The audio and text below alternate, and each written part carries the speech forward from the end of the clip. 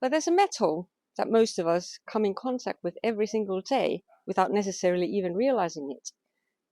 It protects other metals and is essential in the production of rubber. It's used in batteries and in electrical components. It's one of the most versatile and essential metals for the modern human. And that metal is, of course, zinc. Zinc is one of the most used metals in the world after other industrial metals like iron, aluminium and copper. The primary use of zinc is in coating iron and steel, as a zinc coating prevents other metals and alloys from rusting. Over half of zinc produced is used for this so-called galvanizing process, in which metal components are essentially dipped into molten zinc to give them the protective coating.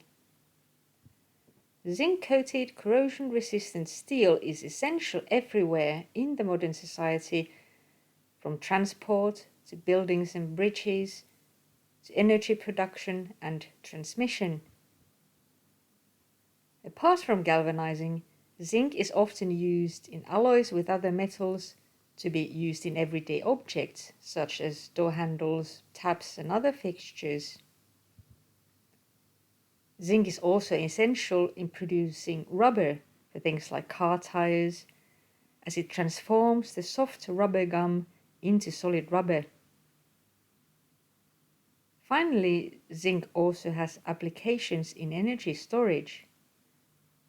Zinc carbon batteries were the first commercial dry batteries, and although traditional zinc batteries have a much lower energy density than lithium-ion batteries, they are still sometimes used in devices that don't require high electricity output, like remote controls. But zinc is also showing some promise in future battery technologies. Researchers are looking into developing, for example, zinc-iron batteries, which use the cheaper and easily recyclable zinc instead of lithium ions. So although most uses of zinc are sort of hidden from view, it is really one of the key metals in the industrial production, and our modern society simply wouldn't be the same without it.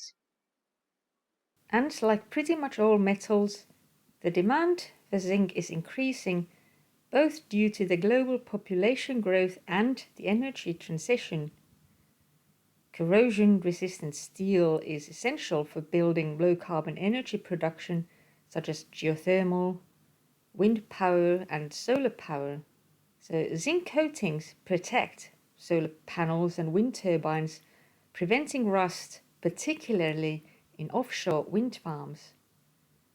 Each 10 megawatt-hour offshore wind turbine requires around 4 tons of zinc.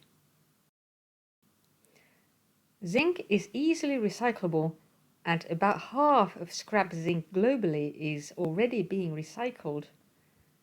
But as the demand for zinc is growing, only about a third of zinc used globally can be obtained from recycled zinc. So we are going to have to keep mining quite a lot of zinc in the foreseeable future to satisfy the demands arising from the growing population and the energy transition. But let's now have a look at where zinc actually comes from. Zinc is a common element in the Earth's crust, and it combines easily with certain other common elements, particularly sulfur, to form mineable ore minerals. The most important ore mineral for zinc is sphalerite, which is a zinc sulfide and contains about 60% zinc. Sphalerite can also incorporate other metals into its crystal structure, so some zinc mines also produce other metals like cadmium as byproducts. Sphalerite can actually come in all sorts of colors because of its ability to incorporate a range of other metals and elements. So it can be, for example, almost black or slightly brownish to almost yellow. Sphalerite is a very common mineral globally, but at present China is the single largest producer of zinc, followed by Australia, Peru, India and the USA. But zinc deposits do occur pretty much anywhere on Earth. So zinc deposits are closely related to volcanogenic and sedimentary deposits deep under the oceans in sedimentary basins. Like here, I'm visiting southern Portugal. The Iberian Pyrite Belt, of which southern Portugal is part of, has been a major producer of base metals, including zinc. But before we look at the rocks themselves, let's have a look at how zinc deposits actually form. The three most important deposit types for zinc are sedimentary exhalative, Mississippi Valley type, and volcanogenic massive sulfides. They all occur in active sedimentary basins. Such basins are essentially parts of Earth's crust that are either actively spreading and forming new sea floor or passively sinking down, like often happens in front of a developing mountain belt, basically due to the weight of the mountain on the Earth's crust. Let's look at the zinc deposits that form in these settings. Sedimentary exhalative deposits, or SEDEX deposits, typically occur along rifting continental margins. They are the most important source for zinc, as SEDEX deposits contain more than half of the world's zinc resources. They are also important deposits for lead, and many SEDEX ores also produce copper and silver. To make a SEDEX deposit, you need a lot of fluids circulating within the rifting crust. These fluids originate largely from the basin itself and from the deep groundwater of the continental basement. These fluids, and particularly the basin fluids, contain a lot of salts, and they heat up as well as they travel through the crust. So that means they can pick up a lot of metals from the crust where suitable rocks are present. These metal-rich hot hydrothermal fluids then travel upwards along faults and fractures of the rifted margin. When they get released into the water-filled basin, they cool down rapidly, which results in the precipitation of ore-bearing material on or close to the sea floor. So the hot hydrothermal fluids travel upwards along faults, and once they enter the cooler seawater, the metals and metallic minerals precipitate from those hydrothermal fluids onto or just underneath the sea floor. And we end up with layers upon layers of metal-rich sedimentary material. But there's actually another zinc deposit type that is very similar to the SEDEX deposit type. The so-called Mississippi Valley deposit type, or MVT, gets its name from the Mississippi Valley region of the United States, but MVT type deposits can occur anywhere on Earth. The process of forming an MVT deposit is quite similar to the SEDEX type, and like SEDEX ores, MVT ores are also an important source for other base metals, particularly lead. The main difference between the MVT and SEDEX ores is that the hot metal-bearing fluids get injected sideways into surrounding host rocks much deeper in the basin, long before they reach the ocean floor. MVT ores also tend to form in basins in front of a mountain belt, whereas SEDEX ores are more common in actively rifting margins. The host rocks for MVT ores are typically highly porous, carbonate-rich layers that were deposited within the basin earlier in the basin formation process.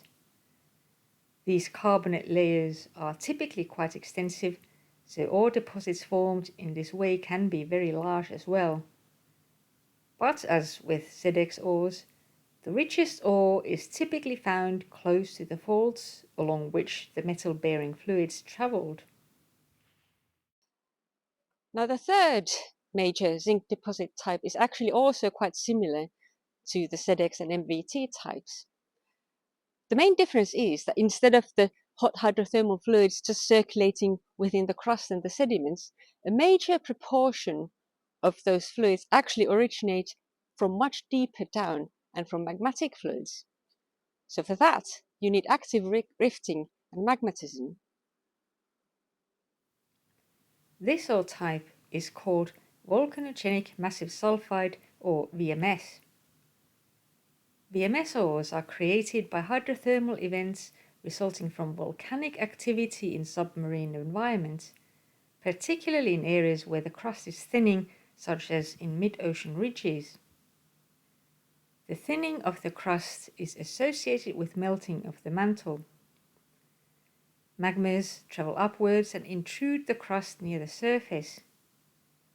When these magmas start to crystallize, the water and other fluids that are dissolved within the magma are released. The heat in the crust also draws in oceanic waters along faults and fractures, and these mix with the magmatic waters. The magmatic fluids themselves can contain many metals already, but the hot fluids circulating in the crust will also react with the surrounding ocean floor rocks, which also contain a lot of metals. And these metals in the rocks get picked up by the hot saline fluids. Together, these metal-rich hydrothermal fluids then get transported upwards along faults and fractures in the oceanic crust. Finally, they get near or onto the sea floor via hydrothermal vents. The fluids cool down rapidly as they get near the sea floor, and this causes metallic minerals to precipitate both within the fractured oceanic crust and onto the sea floor, forming a sort of a metallic cap on top of the vent. We can actually observe this process today deep in the oceans, such as shown in this footage by the Nautilus exploration program. You can see how the metal-rich magmatic fluids flow out from the hydrothermal vent. But regardless of the deposit type, the deposits need to be brought back to the Earth's surface where they can be accessed. This happens when the old basins get caught up in the collision of lithospheric plates, mountain building, and subsequent erosion, so that today they are close to the surface. As a result, most of these deposits are highly deformed, meaning that they are typically intensely folded and faulted. So in contrast to ZX and MVT deposits, VMS deposits have a clear association with submarine volcanic activity.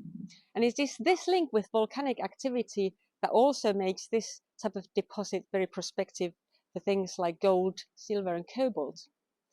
But let's now go and have a look at what the rocks actually look like. South Portugal belongs mostly to the Iberian Pyrite Belt, which is over 200 kilometers long, stretching all the way across southwestern Spain and into Portugal. It contains over 200 known volcanic and sedimentary mineralized occurrences and deposits. Let's first have a quick look at the wider geological context of the deposits here. Starting more than 400 million years ago, there was a major tectonic event where several ancient continental masses collided with each other. This event formed the supercontinent Pangaea, where most of the continental blocks we know today were joined together. In many areas, such as present northern France, this resulted in the formation of mountain belts, but the present southern Spain and Portugal were in an area where the situation was more complex. Instead of a head-on collision, The continental plates here were sliding past each other, creating extension and rifting of the crust rather than mountains. This rifted basin extended for hundreds of kilometers across the present southern Spain and Portugal, and the associated melts within the mantle intruded the crust, resulting in the formation of VMS and SEDEX ore deposits all along the basin. The basin did eventually close, and the ore deposits along the Pyrite belt were caught up in the developing mountain. So let's have a look at some rocks. I'm visiting the town of Aljustrel, where there's long been mining activity, mainly for zinc, but also for lead and copper. In fact, there is still a zinc mine here, although the fluctuating zinc prices have meant that it's only intermittently operational. Mining has gone on here for thousands of years, particularly in the Roman times. You can still visit some of the sites. I'm visiting this outdoor museum, which is just outside the town of Aljustrel itself. So the rocks here and the deposit types here in the Iberian Pyrite Belt, they're mostly of VMS type deposits, but some and many of them show also characteristics of SEDEX deposit types. Here in Aljustrel, we have a variety of interesting rocks, so let's go and have a closer look. The rocks seem to be composed mostly of different kinds of platy minerals called micas. These are arranged along layers as you would expect from sedimentary and even most volcanic material. But these layers are not horizontal as you would expect, but almost vertical. In fact, research that has been done here in the past has shown that the volcanic and sedimentary rocks here have been folded at a large scale, like shown here in this cross-section. So the rocks here are clearly highly deformed, so they've been sheared and folded quite intensely, but you can still see the original layering, the sedimentary volcanic layering in the rocks. Another interesting thing that you can see here in these rocks is this colorful layering, and that actually results from the hot hydrothermal fluids interacting with the sediments and altering their composition. So you get all these funky colors. Alteration like this is a good indication that there might be some metallic ore mineralization nearby. And indeed, alteration is used in exploration to help finding new deposits. So let's have a closer look around and see if we can find any traces of ore minerals here. I'm trying to see if I can find any sphalerite left. And after a bit of a search, I did find some small specimens. So most of the ore mineralization, of course, is gone because it's been mined out. But if you look carefully, you can still find little bits and bobs with sulfides in. So here, I think we've got a little bit of sphalerite left. The sphalerite here is of the very dark variety, although the weathering of the rocks has taken its toll. So at least in this locality, there isn't very much actual ore mineralization left. But we might find some other examples nearby. There's actually also a museum here in Aljustrel. So let's leave these rocks behind and go and have a look at the museum. The Archaeological Museum of Aljustrel is fairly small, but it contains some interesting exhibitions of the industrial history of the area. There are copies of old drawings showing how the rocks were mined and how the ore was processed all the way back to the medieval times. But there are also some rock specimens showing the various ore types found in the area and in the other major zinc mine in Portugal, the Neves Corvo mine. The iron sulfide pyrite is, like in all SEDEX and VMS deposits, a major mineral, although it doesn't really have any commercial value these days. Some of the lumps of pyrites are quite big though. The other important sulfide mineral in Portugal apart from sphalerite is the copper sulfide chalcopyrite. And there have also been some small manganese mines close by. But right now, the only metallic ore type mined here in Portugal is zinc. So, as we've seen, there are various types of zinc deposits, and zinc is in fact one of the few metals that we have a good amount of reserves. USGS in 2022 calculated that there are still over 200 million tons of zinc reserves globally. But that doesn't mean that there aren't potential problems.